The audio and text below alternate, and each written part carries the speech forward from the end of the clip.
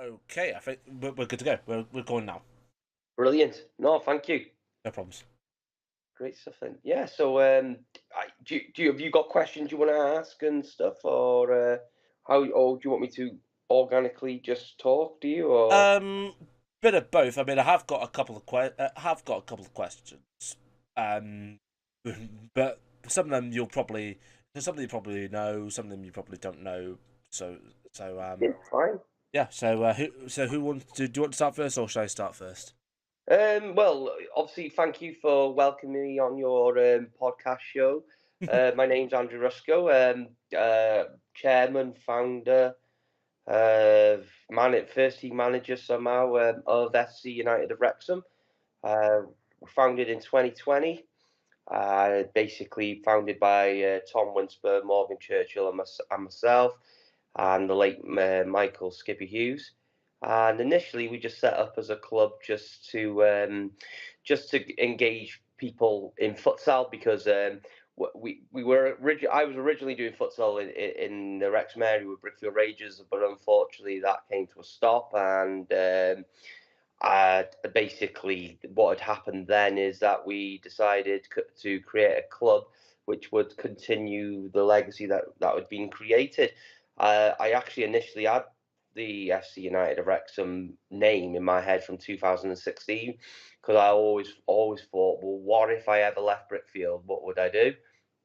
And I've always thought, well, I'm a bit of a Welsh football nerd to an extent, and I've had the passion since probably about 8, 9, 10 years old for my sins. But I've always looked at, back here, historically, you've always had like Cardiff City, but then Yeah. you would have had Inter Cardiff, who were in playing at the top level of Welsh football. I think, most recently we've had Cardiff Met, haven't we? And we've had things like, Swansea University who are on the up. But I always had the thought process of we've never really had another base team, especially in the last 50 years, I suppose, with the Wrexham name within the football realms, which could play in the Welsh domestic system. But I was only playing around with the idea back in 2016, and I was thinking of 8 names, and I thought SC United of Wrexham for whatever reason I did, um, and yeah, that basically it came to fruition in 2020, but we initially did it as futsal, but we needed a name that was going to be good enough to be on the futsal scene, because when you're on the futsal scene, um, you're automatically on a national scale with it, if that makes sense. Yeah. You've got like Bolton futsal, Manchester futsal. So going with a name like, let's say, for example, the Eagles futsal, it just doesn't resonate with anyone. It doesn't No. connect.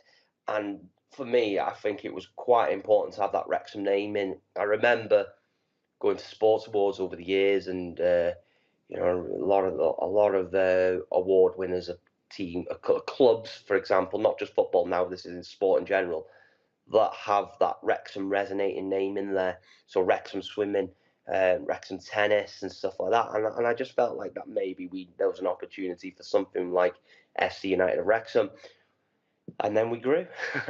We had people coming to us asking, could we do football sides for us, and I just thought, well, why not?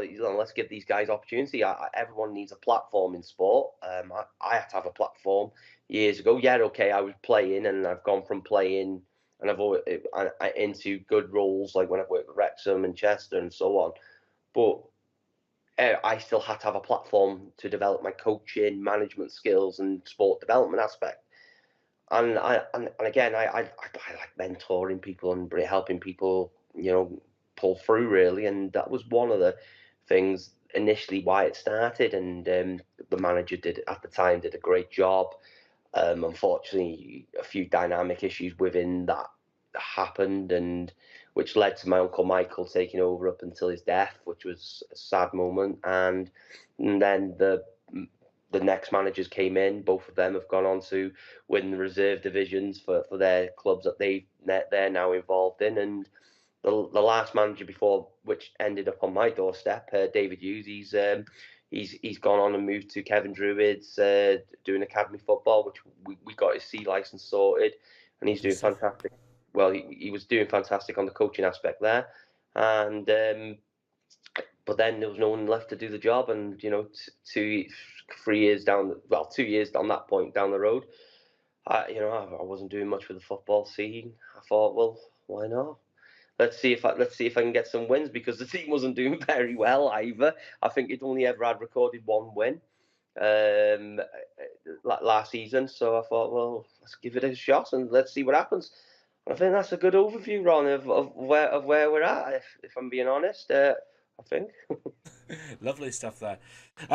So we kind of know each other a little bit from our sort of a brief stint at Preston Town. Right. I was part of this media stuff. I literally just joined in there. You joined as part of their coaching stuff. What was it like initially there from your point of view? My son had he got released from Flint, and he was wanting to stay in academy football and so on. And in all fairness, Deej Hobson, I think his name is. Yeah, He gave an opportunity to Kyron and invited him down to trials. And Prestatyn, to me, historically, has always been a fantastic club. I, I've always had good memories of the area. I think I've stated that in a few articles previously. It's where we used to go on holiday years ago with my grandparents, and I just think it just seemed at that moment in time a good opportunity. I think the academy system lacks massive opportunity in the Wrexham area for kids. I think it was always a bit of a closed shop going on with certain aspects, and we felt that Kyron was still good enough to be in academy football. So, Prestatyn presents itself as an opportunity. I came bringing Kyron. I got speaking to Jamie. The chairman. Jamie was always yeah, Jamie Marsh, yeah. yeah. He was always lovely and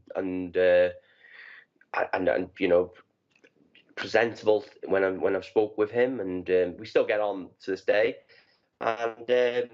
And yeah, it was just, he just basically asked me a few questions. Would I get involved and stuff like that if a few dynamic issues were going to happen. I think it was always on the cards, and I was always reluctant because I was still, at that moment in time, I was at Brickfield. I was doing a lot with the Yeah, coaching definitely. and so on, and yeah, but that was initially how I kind of walked in the door at Prestatyn.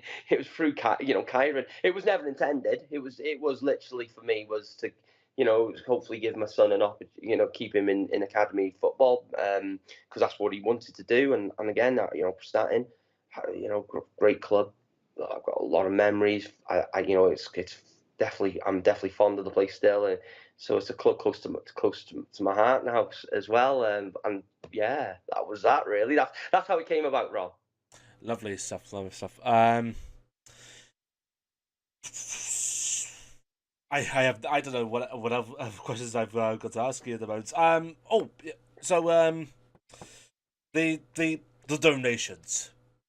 Yes. You know all about how did you manage to attract Ryan Reynolds of all people just to donate for your under 12s futsal side? Yeah. Well, that was mind blowing, to be honest with you. That them couple of months was just, well, yeah, surreal, if I'm being honest.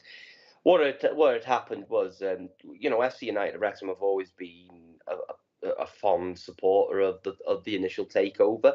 But Yeah, again, like I said, from 2016, being a football nerd, I've always believed that there was always a need for a Wrexham name side in the Welsh domestic system. So that's that. So we're we support the takeover.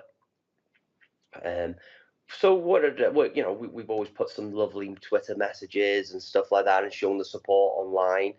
And then it's just one day Ryan just started following the club, which was lovely. We can't thank him enough for that. That's a great achievement. Hollywood star following us. So anyway. we basically we wanted to get a new kit for the team basically, because this kit that we've got currently was missing and stuff like that, and we didn't even have a kit supplier as a club because we'd lost the last kit supplier to some internal issues that had gone on. I won't go into it, but nothing to do with myself. Other people interfering, let's call it. And I went to this company called Black Rat, and they basically said, "Oh, let's do a kit that's going to resonate to the Wrexham town." And they came up with this one here, which was got the parish church on there. Amazing. It's there, as you can see on the picture. It's got the parish church, which is one of the landmarks of Wales, in that shirt. And so one of the parents, we showed the whole club, and some of the parents were like, "Oh, we would love that kit for the under-12s," and the under-12s being the baby, the first group of FC United of Wrexham, when they were under-10s. They said, "Oh, can we do a donations page for it?" And I was like, "Yeah, of course. When you're developing clubs and so on, you need as many people and everyone involved and supporting and feeling part of it and so on." So I was like, "Yeah, go ahead." Anyway, I could see that Kaylee is the parent, by the way, of the mother of Keegan, who plays for me. She was putting it everywhere, and what was happening wasn't getting much traction, as we call it. Yeah. Traction and traction. Let's Traffic. Traffic is traffic is better. Anyway, I'd been coaching the night before, and this is the unheard part of the story. I must have had about 6 cans of Carlsberg that night, and but unfortunately it was a work night. But I'm still up for work, by the way, so that's all right. But anyway, I got up and I thought, what shall I just drop it in? And anyway, because I knew he was following the club, so I dropped it in. I said, "Oh, could you?" I didn't expect him to donate or anything. I thought, well, he's there, he's following us. Let's ask him if he'll retweet it. He's got 21 million followers. You imagine, the traction it gets for that. So anyway, yeah, exactly. I thought, what if it costs nothing, does it, to just retweet it? That's my viewpoint. And next minute, I get a phone call off Kaylee, and Kaylee's going, Chopper, yeah, some Ryan Reynolds has just donated money to the club. It can't be, can it? And I went, and at that moment in time, I'm looking at my phone, and I see the email saying, "Enjoy the uniforms." I was like, "Oh God!" I went, "Kaylee, it's true, like it's true." Anyway, next minute, she's like ecstatic and everything. Anyway, I'm feeling like guilty now, if I'm being honest, because I'm like, I don't know why I'm feeling guilty. Maybe it's just my personality, and I'm like, yeah, bloody hell. I'm like, we need to thank him. So I'm thanking him, saying thank you very much, because he put 600 quid, and the kits cost 480. Anyway, next minute he messages back and puts another grand in there. And he goes, "Oh, for anything for the lads," and we were like, "Wow, oh God, all right." And I felt even worse, and I was like, "Oh my God, stop giving me things like I was thinking at the time, stop it." But he kept. It was great though, Ron. Do you know what I mean? We can't thank him. What a guy, what a chap, like doing that for us. And but what we did once we had that money, we made a bit of a holistic decision. That's thinking, well, we need kits for the women's futsal. We need a kit for the men's football as well, because again that kit was hanging anyway. And that was where the initial kit idea came from, was to try and design something for the men's. Like, anyway, that was that really. And next minute it just went worldwide. The media got onto it. It was everywhere. Like it was just on news round, children's news round, FC United Wrexham badge, and it's like, wow, is this really happening? And I'm thinking, well, okay, great, great stuff. It's what I suppose is what what it brings. But then we in all fairness to Black Rat, I'll give them this credit. They came out with an initial idea, and they said, Ryan Reynolds just donated to you, like. And I went, yeah, and I was a bit at because I was probably like a rabbit in headlights going at this moment in time. He said we should do something to honour him, so I can't take credit for that. He did that, like. And next minute he decides to say, "Shall we put the Deadpool badge on the arms?" And I was like, "Oh Yes. yeah, go on then. Let's get it on there." I think there was a few worries on about should we do it or not, and I thought, well, at the end of the day, we're a non-for-profit company, we're a children's club, would do with things voluntary and everything. Why not? If Disney come for us, then they can have me car.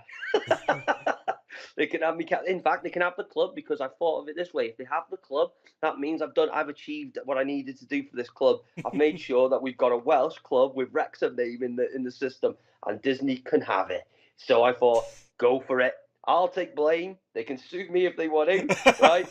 Okay, but at the end of the day, they can have the club or they can have me car. So, and that's how that came about, Ron. So it was me taking, probably some. So going, yeah, go on, let's do that, like. Yeah. But yeah, but that's that, and then yeah, then I think ever since then it's been we had some further on engagement with Ryan. It was he took Keegan to watch the Sheffield United match, which was lovely. Sent him his message as well because Keegan's unfortunately experienced some unfortunate events in his life and yeah, and then once with the new kits came, he loved them. Ryan did, and that was that, and that was great. It was great. But what we did as well, because one other person actually put some money towards the club, and that money we were able to get the Offside Trust logo onto the kit as well. And it's an organisation I've worked close with over the years as Yeah. well.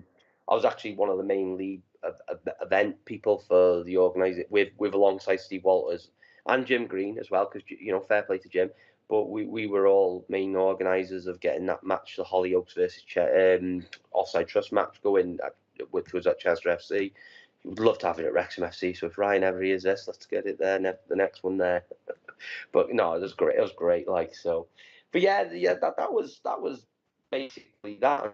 And we're just now trying to sustain the club. Now it's we've had all this big hit. We've got this club going, and the costs of running a club is it's madness. I think I've shown to some people some of the breakdowns for if we're running a futsal men's, if we're running the football, it's ridiculous some of the prices, and yet the lack of funding out there is poor. Um, yeah, again, some of the you've got to pay for your Welsh Cup entries, you've got to pay for your Welsh Trophy entries, you've got to pay your league affiliation, you've got to pay your North East Wales affiliation, and it's just constant costs. And next minute, when you're trying to get £10 for a fine or £10 signing on fee just to put them up on comment from a player, Yeah. these lads go, sack that because I can go down the road and get it for free off another club because they'll pay for it because they've got I don't know, say a company backing them. Whereas we don't get that opportunity to an extent, or some clubs, which you probably know yourself, you've got to self-raise your funds, haven't you, yourselves, like you do at Melidens. Yeah. It's tough going. Hence why the stuff you're doing to raise their profile and brand is to get the attraction in for it, and it's fantastic work you do, Ron. You know what I mean, for the club. Yeah, so we've just got to keep going, and the difficulty for us with futsal, because the youth section and the women's is futsal majority. Say for example, you go to football, you can have 6 months on a park field, which is at no cost, or you can still bring in a couple of quid, and if you've got like 20 people turn up, that's 20 quid per week, and that goes into the kitty. You can't have that luxury with futsal. You've constantly got your 400 quid a month bill coming in because you're paying for the hall, and because the sport's played in a hall, yeah, you can see the nightmare for it. So Yeah. we've always got them ongoing costs, and we charge parents only four I'm open to it, might as well say it, 14 quid a month. But some of the parents, unfortunately, they can't, they don't pay on time for various reasons. Some of them are struggling. Yeah. And when I came into sport development, Ron, right, and if anyone knows me, it was always to try and take away financial barriers to sport. I've lived in an environment. I remember one lad that you'll resonate with, Jordan Davis. He played for Starting. You know, he's Yeah. had a great career now. Hartford West doing well there, but he, you know, he had to beg for lifts and everything to get to where he is. You know, to where he is now to get to starting. And if that young man kept that experiencing them barriers, he would never be where he is now. No. So I take, you know, I look at that perspective. You know, there's good players in our group who probably good enough to go on and play Welsh Academy level, but they can't pay the prices. No. So so we're trying to just make sure we're breaking that barrier down via the sport of futsal, you know, which is a great tool for player development. You know, hence why the Premier League clubs use it for player development. And we're just trying to take away that term that it's the tennis of football Mm. and turn it into you know, something that people that wouldn't get that opportunity to experience it. It's basically to make it much more open to the wider public, if you will. Yeah, yeah, and that's what initially what you know I'm trying to do. You know, again, I've experienced hardships in my life over the years as well, and should that impact on the children in sport? And unfortunately, sport clubs need money to operate. Yeah. So what would happen? You know, does the children not go to sport? And next minute they're not keeping physical, not getting physical activity and living healthier lifestyles because a club says no, sorry, I need 40 quid off you this month. Mm. So we're trying to make it, you know, it's realistic and open, and like you said, helps young people, and that was one of the drivers why I went when I went to Prestat when I ended up being a Prestatyn's manager, because I wanted to help with make sure the academy was there and still there, because you have to be in tier two, didn't you? Yeah, we were in tier two. We were in tier two at that time. That was percent. Well, still is in tier two. Yeah, and it was one of the things I know other unfortunate things have gone on, but Mm-hmm. that was basically my driver. It wasn't to go and be Prestatyn Town's manager. There was never no interest to me that. No. It was the fact that it was the fact is that I was thinking, hang on, there's an academy there that helped my lad who went on to Oldham Athletic at that point after that club, and they've got kids there that you know they want to play academy football. They want the opportunities, and I can see the impact and the power that can have for young people. So I that was initially one of the drivers. So what I'm trying to say is that you know I'm not. It's just nothing to do with me in that sense. It's to do with more of a, you know, making sure young people have opportunities, and that's technically it. And Yeah. that's what I got into sport development for. Lovely stuff. I don't know any other questions. Yeah. No, You, well, you can ask me anything if you want to. I'm all out of questions for you. Really, I don't know what else to ask you. No worries, no worries. And I believe you. I can see you're a Man United fan, though, Ronnie. Yeah, Yes, I am. yeah. Been long suffering for this last decade. Oh, we've definitely done that, haven't Oh we? yeah. How do you think next season will be the season? No. The reason why I say it is because um let's think of it like this. Yes, we could have potentially new owners come in. But the thing is, like, there is still some rot at the club, and unless we get rid of that rot, we're not going to be competing for the Premier League anytime soon. Like, we were performing well until like March or April. Then we started to fall off, especially over this last week with the losses Yeah. to the unfortunate loss to Brighton, the loss to West Ham with that David De Gea mistake. We're going to be facing who are we facing next? I don't know, but what I can say is that we're going to be struggling for top two. Sorry, top four. Never mind top two. But that's Yeah, never mind the top two. It's too far wide the gap there. But yeah. I Too totally far agree with you. wide. I totally agree with you. Maybe we could add this into what we're talking later if you edit it. But I think you know what I mean. I think you're totally spot on with the fact that we've started to fall off, and I do think Eric Ten Hag has done a great job Yeah, as a manager at Manchester United. But I'm starting to look around and think, is he doing any better to what Ollie's done and everything? Is it a case that we just seem to want to get rid of managers just for the sake of it now? But then you know what I mean. It's hopefully we do have these new owners, but I do like Eric Ten Hag. I think he's great. He's humble. yeah, exactly. He wants to learn. He does believe in the youth. He manages it fantastic. The way he handled the Cristiano Ronaldo situation, I think he's done really well. In all fairness, but this is where I get to. But has he done anything different to what other managers really have? And I think I start to see this answer as not really. No. It's just he's done the same for me. I don't know. I may agree, may not agree. I just hopefully these new owners will give him that support that he needs. But Yeah. and I actually Ten Hag's very likable. I'm not saying this to discredit him No. because I never would. Who am I to discredit him anyway? But the fact is, though, I just think that Manchester United have chopped and changed. Yet there doesn't seem to be a real need to chop and change. I think he's made the culture a little bit better, but then I look at things in depth sometimes, and I look at Anthony. Yeah. He's one stroppy child, him, isn't he? Especially You know, Bruno.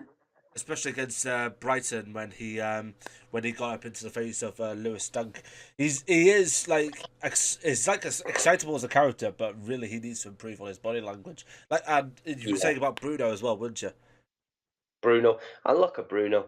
I think this has probably been one of the most petulance I've ever seen Bruno this season. Yeah. Touching linesmen, whether he was right or wrong, I get it. And the fact that he's like, yeah, he just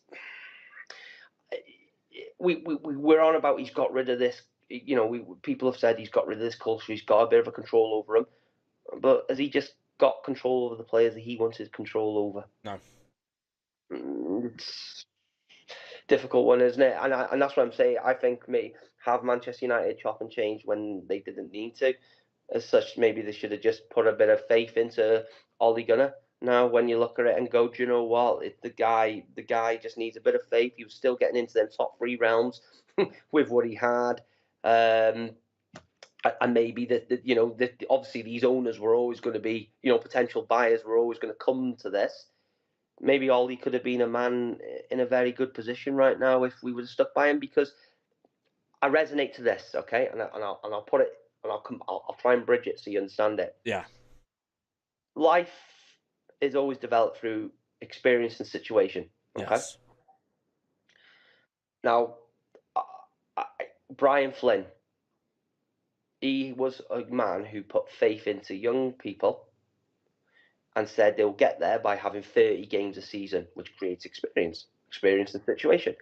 He did it at, he's one of the leading men with John Toshak in Wales as well. Let's get these guys up to, what was it, 50 caps, they said, with about Bale, Ramsey, and all them. Mm. So what I'm trying to say is that with games and time and experience, people develop things. Mm-hmm. But this modern game doesn't seem to allow that kind of ethos and that philosophy and ideology this day and age. All right, and it's something that seems to be missing. Because people are so really focused on stats. They are so really focused on numbers. They're not focused on what they believe. They're not focused on the physical aspect. They're not focused on what this manager is doing with this side in terms of excitability, in terms of development of the players. They're only focused on the stats, and that is where the breaking point is. Because as soon as someone sees the scoring ability is like position 10th in the league, you probably think that's a little bit of a problem, but a little bit of room for improvement. I saw a stat about De Gea the other day about him, about his stopping ability or something like that, being positioned like less than 16th or 17th. You've got to think that's a little bit of a problem, and that's the thing. I myself a little bit guilty about focusing on stats. I am a little bit guilty of focusing on stats. Yeah. But the thing is, like, we need to focus more on the physical aspect, and that's why I concentrate on, like, with David De Gea's mistakes against Sevilla. You know that are huge mistakes when De Gea was really at fault for those three mistakes. The mistake against West Ham, you see what was physically wrong. You don't need stats to back that up. You see what's happening in front of you. I think you're spot on, and the plight for David De Gea started even before that when he was with Spain. Obviously, he had his Spain moments as well. Was it 2 years ago, 3 years ago? I think I'll put something to you on this one. Yeah. You whether you want to add this later or not, it's good for the building up of this content and what we're doing. I remember Manchester United versus Liverpool. I was watching it. Yes. Two of the best Premier League goalkeepers potentially, yeah, against each other now. It was only last season or season before. And Becker's in goal, isn't it? Alisson Becker, is it? Yeah, Yeah, Alison Becker. Yeah. yeah. And David De Gea. David De Gea makes a save with his foot, right, which is unorthodox style goalkeeping. Yeah, And I it was remember that one. what an amazing save! The best, the media, the commentators, and I love commentators, by the way, but the commentators sometimes fabricate. Yeah, They were they go over the going, top. what an amazing save, David De Gea, reactions of a cat when David could have just gone there. Becker makes the exact same similar save, but goes down with the conventional goalkeeping style of going with his hands, attack the angle, and so on. Yeah. Good save for Becker. Hmm. But hang on, there was no difference. So what's going on here? So why is David De Gea making this world class save? Because he's done it with his foot in a medium range of that he could use his hands, and yet Becker makes it with his hands, and it's just an average save. Now, is I just don't get it. I just don't get that. So has David De Gea lived on a legacy now to an extent, even though he's made some important saves because the media believe he's good? I think it goes Yes. down to why certain players are at clubs still because of commercialization. Mm. Are they being at these places because is it by their actual merit or is it because other aspects is filtering into this? And I'm starting to think other factors are filtering into this because personally, I think Kasper Schmeichel's a much better keeper than David De Gea. Yeah. Why is Kasper Schmeichel never been, and probably would have been the more suitable choice at times when David was having his plight, rather than going for someone like Dean Henderson? I don't know. The jury's open to that one, isn't it? Though. Yeah. No. I'm looking at different replacements for David De Gea. I would have said Oblak, but I think that ship has sailed. I would think Donnarumma, but I think that ship Yeah. has partly sailed. You think of, I don't know if he's too old now, Mandanda, but I don't know if that ship has sailed as well. So you're looking at different options, old and new, that could be better than David De Gea. And Yeah. and I do say this, I do miss Sergio Romero because in cup competitions he was a beast. He was Oh, that's not he was a beast because like when you get in cup competitions you want your cup goalkeeper. So like for Chelsea and City you had what was his name, Caballero. You had Caballero in the sticks either for Edison. Like you remember that League Cup final between Chelsea and City. Um, Kepa, he did not want to be yeah. he did not want to be substituted off, Yeah. and Chelsea lost that game because of him. So you want the best goalkeeper for the best situations. You want a league keeper and you want a cup keeper, either someone who's second choice or just rising up the ranks. Yeah. So yeah, that's why I like Miss Romero and sort of want to have Henderson between six, but Henderson himself has made mistakes. Come on, we all make mistakes, but David Gea has starting to make too much. But Well, his yeah, penalty to save ratio, I just don't think is very good either. When every time he's in goal, I remember watching the UEFA thing, and I'm thinking to myself, he's not going to save anything. He got halfway through, it's just goal, and it's like, oh my goodness. And even when it came to that shot the other week, you're like, yeah. oh no, you don't want him in there. You're thinking, is there any chance we can have a substitution here, like go for the keeper? Because he just doesn't know. It's like he just gambles. What I feel when I'm watching him, he just goes. As far as I'm concerned, he only made three great saves when it comes to penalties. As far as I'm concerned, through Yeah, memory, the penalty save versus Arsenal in the 8-2 yeah, at Old Trafford, the save versus Everton in 2014, the game that saw him made that fantastic save from Jagielka, was it? from I'm long not sure. range. I can't remember now. And the third penalty against Everton again in the FA Cup semi-final, penalty by Lukaku that stopped them from equalising in the FA Yeah, Cup final semi-final 2016.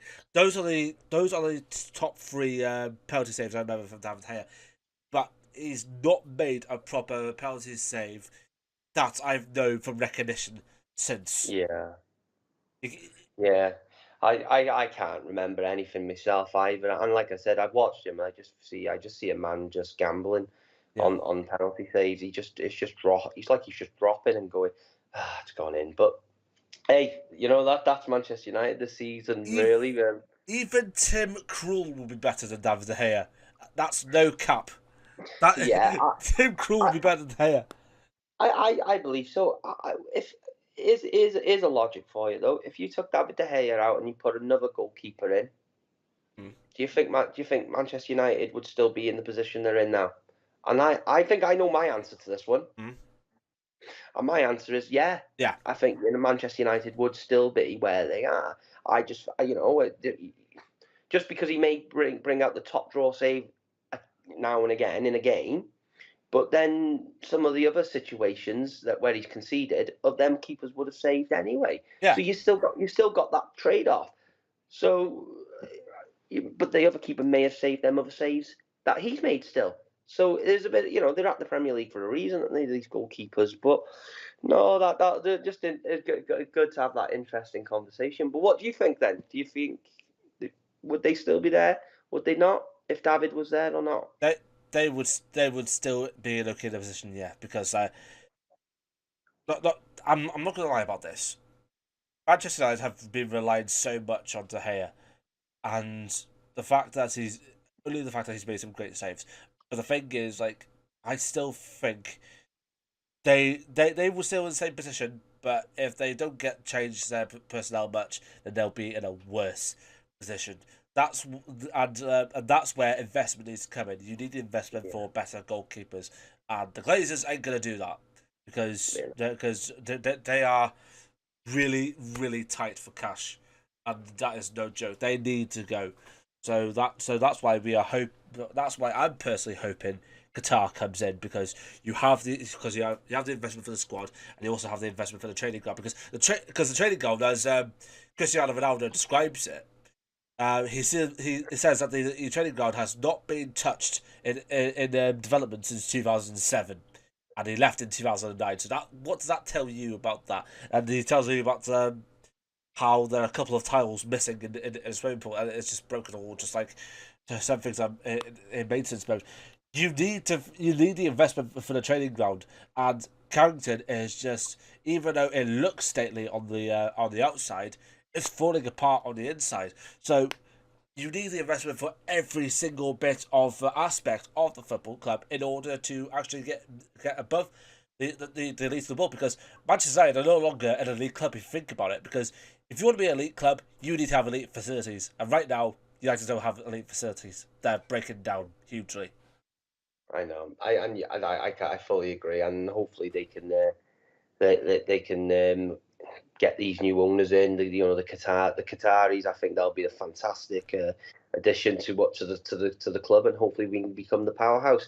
And if there's anything by the rumours, we'll have a new state of the art Old Trafford as well from the pictures that were released. But here's the controversial thing, okay? Because I've seen some renders from a YouTube channel called Bondybot, which do like different renders for different stadiums around the world.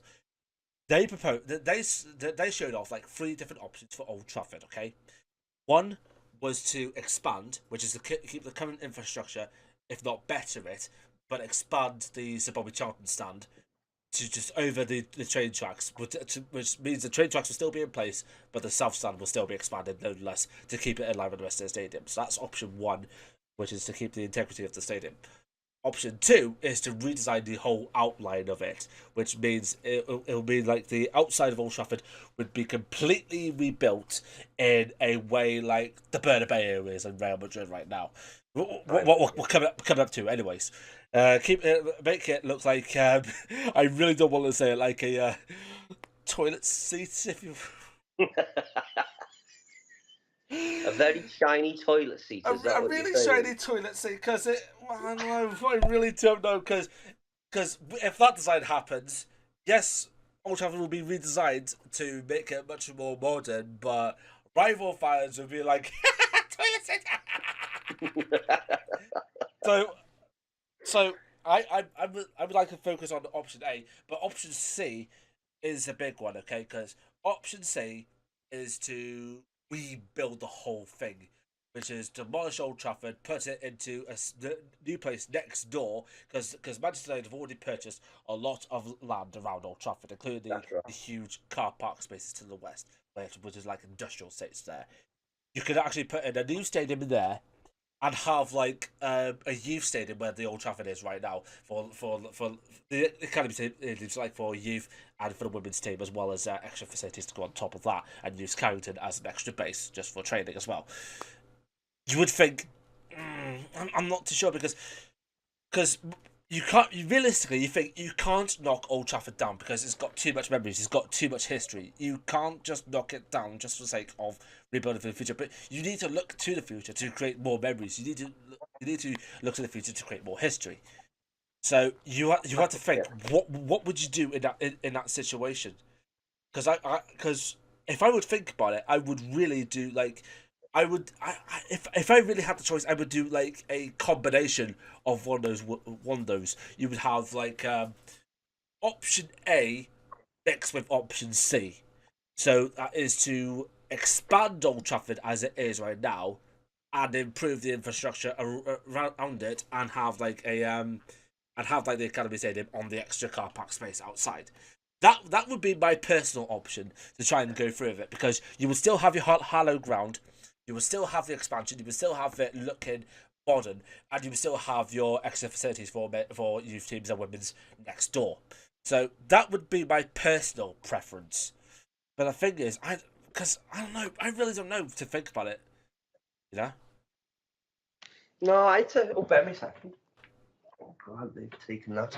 No, sorry, the bin men didn't come this week, so I've had to ring them up. I work from home, I do, Yeah. and the bin men hadn't come. They've just come, but I think my heart's saying that they just need to expand and make and improve the current site. But Yeah. if you did move in, because I've seen these plans, right?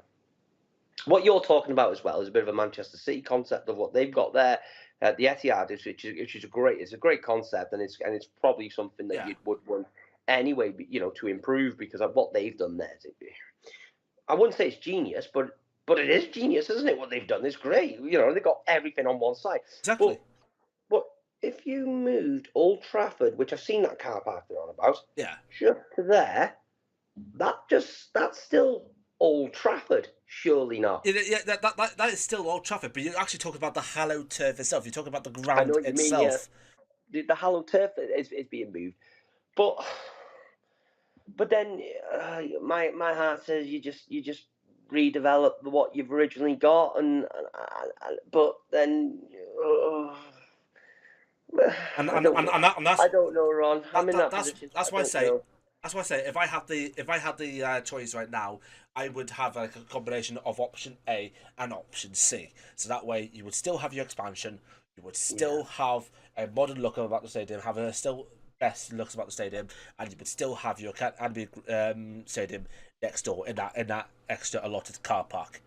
So yeah. that's No, I think that sounds good. In all yeah, fairness, that should be the better option then in that sense. But no, but we don't know what the future holds for any of these clubs. no, From Manchester United, FC United, Wrexham, Melidens. No one knows what the future holds, but all we know is that we've got to keep going, yeah, got to keep plugging away, and then hopefully we all achieve the success that everyone deserves, really, and especially for the volunteers, the players, all the time and dedication people put in, like yourself. hmm What you do, like I've said earlier, what you do for Melodin is incredible, and their club should be very proud of you. And I think I've seen your content. I'm a big fan of it, and I think you are the future, Ron, in what you do. yeah. And I hope that you know people see that and try to not, I wouldn't say copy things, but take the ideas of what In, you're doing. inspiration. Let's say Yeah, inspiration, or um, that's as they say, imitation is the best way of flattery. If that's yeah, of course. yeah. I know what you mean. I just think it's great. And like I said, and what you gave us, the video you did the other day for FC United Wrexham, in the turnaround that you had, the turnaround you did it in was incredible. I was like blown away, and that's why I've wanted to, do something else with you like this, because I think what you do is just, yeah, it's mind blowing, and hopefully you'll be able to see other clubs will see this. So hopefully, maybe the club like AFC Crew that I've just played against the other day, who by the way they fantastically support our donations page, and Yeah. Gary Taylor Fletcher, their manager. Maybe they might, because they seem to be big on things like this. Maybe they'll want to, invest in someone like yourself, because yeah, I think what you deserve that, mate. And it's people like you, volunteers like yourself, in the game that are actually ticking off what the FAW strategic report is, that we've got to be more digitally improved, and that was in the Yeah. report. I mean, if we want to go and increase sponsorships, if we want to go and increase, new audiences, if we want to go and get investment from other areas, we've got to do these. We've got to be doing these unique things. And like I said, what you're doing, and it gives you, hopefully this gives you confidence, is keep going at it, Yeah. because what you're doing is actually working. You're getting things out there, and I think it's sometimes the people on the ground levels and the people around us need to see what is actually happening and why it's happening. Because, like I said, the FAW strategic report says it's there in black and white. You need to be more digitally Driven. Driven. driven, yeah, driven to develop, to promote your clubs, to actually attract what you need to attract. Being more on that marketing aspect. So no, keep doing, and like you said, and like I said, thank you for this opportunity. But I don't know if you've got any other questions you wanted to ask. I'm open to it today. I I don't know if I got any other questions right now, but if we do something similar like this in the future again, and I have more questions, I'll definitely ask you. No, brilliant. And like I say, thank you for that as well. No problems.